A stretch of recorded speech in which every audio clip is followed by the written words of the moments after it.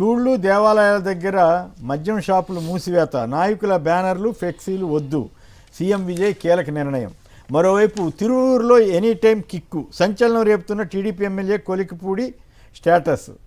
ఇది పరిస్థితి. అక్కడ గుడి పక్కన స్కూల్ పక్కన మద్యం షాప్ అని చెప్పి తిరువూరు ఎమ్మెల్యే గారు చెబుతున్నారు. ఇది అన్ని దాదాపు రాష్ట్రంలో చాలా చోట్ల ఇదే పరిస్థితున్నట్టుంది.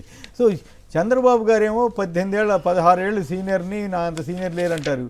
మరి 4 రోజులు సీనియర్ కూడా కానీ విజయ్ ఇట్లాంటి నిర్ణయం తీసుకుంటే చంద్రబాబు గారు ఎందుకు చేయలేకపోతున్నారు? బెల్ట్ షాపులు విత్తలవిడిగా ఎందుకు సాగుతున్నాయి? టీడీపీ ఎమ్మెల్యేనే మొత్తుకుంటున్నా కూడా ఎందుకు చర్య తీసుకోవట్లేదు?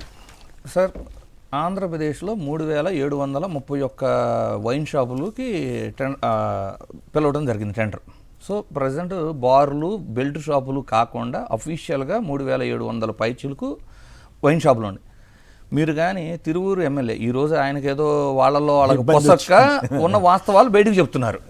సో అది కానీ మనం చూస్తే అతను చాలా క్లియర్గా ఏం చెప్పారు, ఎప్పుడైతే ఆ షాప్ని అక్కడి నుంచి తీసేయమన్నానో అప్పటి నుంచి నాకు నెలకు 1,50,000 కప్పం కట్టడానికి సిద్ధమయ్యారు, ఆఫర్ ఇచ్చారు అనేది మాట్లాడుతున్నారు.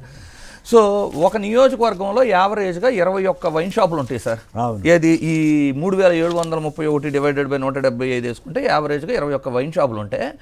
ఈ 1,50,000 ఈ విధంగా కప్పం కడితే వీళ్ళు నెలకు 32 లక్షల లెక్కన 5 సంవత్సరాల్లో 20 కోట్లు కేవలం వైన్ షాపులు ఇచ్చే 1,50,000 మీద అఫీషియల్, నేను మళ్ళీ బెల్ట్ షాపులు చెప్పట్లేదు, ఒక్కొక్క నియోజకవర్గంలో ఎమ్మెల్యేకి 20 కోట్లు కేవలం వైన్ షాపులు ఇచ్చే కమిషనే రావాలి. ఎట్లా తప్పు కదా? మరి ఆయన చెప్పిన లెక్క నేను ఇప్పుడు 1,50,000 అంటే ఏడాదికి అంత 32 లక్షలు, ఒక నెలకి 32 లక్షలు, ఏడాదికి 4 కోట్లు ఒక్కొక్క షాప్ నుంచి 1,50,000 ఇస్తే, అంటే ఇది రాష్ట్ర వ్యాప్తంగా చూసుకుంటే దగ్గర 3,500 కోట్లు వీళ్ళు కమిషన్ ఇస్తున్నారు. అంటే ఇవి కాక మళ్ళీ పోలీస్ మామూళ్ళు ఉంటాయి, మళ్ళీ రకరకాలు ఉంటాయి, ఇందులో సిండికేట్లో ఉంటుంది. అంటే ఇదంతా కూడా ఎవరి నుంచి దోసుకుంటున్నట్టు. రైట్. ఈ కల్తీ మద్యం ఆరోపణలు వస్తేనేమో లేవంటారు, ఎవరైతే పట్టించారో వాళ్ళ మీద కేసు పెడతారు. నాణ్యమైన మద్యం హామీగా ఇచ్చి వచ్చాం కాబట్టి మేము ఇంటింటికి లేదు ఒక్కొక్క వీధిలో 4 బెల్ట్ షాపులు మెయింటైన్ చేస్తామని అఫీషియల్గా రన్ చేస్తున్నారు వాటిని. రైట్. ఇంకొక పాయింట్ చెప్పండి, సంక్షేమ టైం అయిపోయింది. కసుబుస్ అంట శ్రీశక్తి అమలుతో బస్సులని కిటకిటలాడుతున్నాయని ఎల్లో మీడియా రాసుకుంది, ఏంటి కదా ఏమన్నా? సార్, ఈ ఇన్సిడెంట్ అయితే నా పర్సనల్ ఎక్స్పీరియన్స్. నేను ఒక 6 months బ్యాక్ ఒంగుటూరు, నెడదవోలు ఏరియాలో నా బిజినెస్ పర్పస్ మీద నేను వెళ్ళాను. అక్కడ లేడీస్ అయితే ఎంత అసభ్యంగా తిట్టుకుంటున్నారంటే ప్రభుత్వాన్ని, ఈ ఉచిత బస్సు ఎవరు పెట్టమన్నారు? ఎందుకంటే ఉచిత బస్సు పెట్టి సర్వీసెస్ తగ్గించేయటం వల్ల ఇంతవరకు మేము అంటే టికెట్ కొనుక్కోనన్నా బస్సులో వెళ్ళేవాళ్ళం. ఇప్పుడు ఈ సర్వీస్ తగ్గిపోవటం వలన మేము ఆటోల్లో కిక్కిరిసి ప్రమాదకరమైన ఆటోల్లో వెళ్లాల్సి వస్తుంది. సో ఇది అసౌకర్యంగానూ ఉంది, మాకు చాలా ఇబ్బంది పడుతున్నామని 6 నెలల క్రితమే ఉంది న్యూస్, ఇప్పటికి కవర్ చేయగలిగారు. ఓకే, సంక్షిప్తంగా ఒక మాటలో చెప్పండి, టైం అయిపోయింది.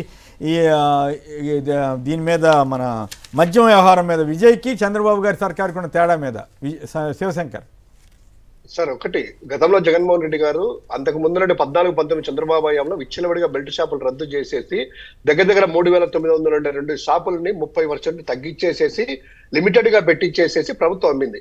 ఇక మీరన్నట్టు ఈ రోజు వచ్చిన తర్వాత తెలుగుదేశం పార్టీ ఎమ్మెల్యే స్టేటస్ చూస్తేనే మనకు గుడి దగ్గర అభయ ఆంజనేయ స్వామి దగ్గర, అయ్యప్ప స్వామి దగ్గర ఇక్కడంతా ఉన్నాయన్నారు.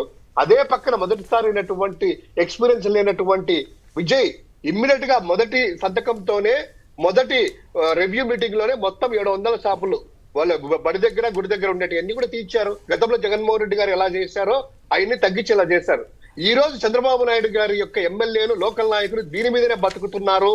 ఇది ప్రజల రక్తం తాగుతున్నారు, వాళ్ళకి మంది ఎక్కిచ్చేసి వాళ్ళ రక్తం వీళ్ళు సక్ చేస్తున్నారు అనేటువంటిది తెలుగుదేశం పార్టీ ఎమ్మెల్యేనే సాక్షాత్తు పెట్టినటువంటిది. ఈ యొక్క ఆయన వాట్సాప్ స్టేటస్ కూడా అఫీషియల్ గా. అంటే అక్కడేమో గుళ్ళ దగ్గర, బల్ల దగ్గర తీసేస్తే జగన్మోహన్ రెడ్డి గారి గుళ్ళ దగ్గర, బల్ల దగ్గర ఉండేటువంటిదే కాకుండా బెల్ట్ షాపులు అన్ని కూడా ఈ రోజు చంద్రబాబు నాయుడు గారు గుళ్ళ దగ్గరనే బార్లు పెట్టించేసేసి ఆ యొక్క లోకల్ ఎమ్మెల్యేలకు, ఎంపీలకు కప్పం కడుతూ వాళ్ళే మేనేజ్ చేస్తూ దాదాపు ప్రజల రక్తం తాగుతున్నారు. ఇది విజయ్ గారికి జగన్ గారు చేసినటువంటిది ఏదైతే ఇన్స్పిరేషన్ తీసుకున్నారో ఇక్కడ చంద్రబాబు గారు వాళ్ళిద్దరిని కాదని చెప్పి మాకు ఆదాయ వనరుగా ఉంటే చాలు, ప్రజల ఆరోగ్యాలు ఎలా అయితే ఏమి, వాళ్ళ రక్తం మేము దాగుతామనేటువంటి ఓకే రీతిలో ఉంది పద్దాక సార్. రక్తం అనక్కర్లేదు రైట్ లే, అట్లనే ఉంది సార్, పాపం పేదోడు కదా, అట్లనే ఉంది సార్. మరి ఇదేనా ఊళ్ళ దగ్గర, పల్లె మద్యం దగ్గర. కాదుగా వాళ్ళు ఇక తెలుగుదేశం వాళ్ళ గొప్పతనం ఏంటంటే సాయంత్రం పూట మేము తాగిస్తాము అందుకే ఓట్లేయండి అని అడిగారు. జనం ఓట్లు వేసినట్టు లెక్క, కొంత ఓట్లు వేసారా కొంత ఇవి మాయ అనేది వేరే విషయం. కానీ ధైర్యంగా మద్య నిషేధం చేసినటువంటి ఒక రాజకీయ పార్టీ మద్యం తాగిస్తామని చెప్పి ఓట్లు పొందటం అంటే మరి సమాజంలో కూడా కలెక్టర్ల సమావేశం కూడా- రాజకీయ పార్టీలు దిగజారుడుతనమా ఏంటనేది ఎవరికి కలెక్టర్ల కాదు సార్, కలెక్టర్ల సమావేశంలో కూడా నాణ్యమైన మందు ఇస్తున్నామని చెప్పి అదొక అంశంగా దాని గురించి కలెక్టర్ల సమావేశం నాణ్యమైన మందు ఇస్తున్నాం. ఓకే రాజధాని రైతుల్లో 97.8% మందికి స్థలాలు ఇచ్చారంటే మరి ఎక్కడున్నాయో పేపర్ మీద ఉన్నాయని కొందరు అంటారు, నిజంగా ఇచ్చామంటారు, శ్మశానాల్లో ఇచ్చారని కొందరు అంటారు, పలుకుబడి ఉన్న వాళ్ళకేమో మంచి బైపాస్ పక్కన ఇచ్చారంటారు. మరి డెవలప్మెంట్ సంగతి ఏమిటి? ఊరికే ఇచ్చేస్తే సరిపోద్దా? మొత్తం అన్నీ డెవలప్ చేసినందుకు కదా వాళ్ళ భూములు తీసుకుంది, చేస్తామని కదా.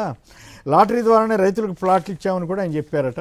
అమరావతిలో భూదందా, చంద్రబాబు ప్రభుత్వం తీరుపై పోరాటం, రైతు సంఘం నేత మాజీ మంత్రి వడ్డే శోభనాద్రీశ్వరరావు. ఉట్టికెకరలేనమ్మా స్వర్గానికి ఎగురుతుందన్నట్లుగా అమరావతి రాజధాని నిర్మాణంపై ఏపీ ప్రభుత్వం తీరు ఉందని ఆయన ధ్వజమెత్తారు.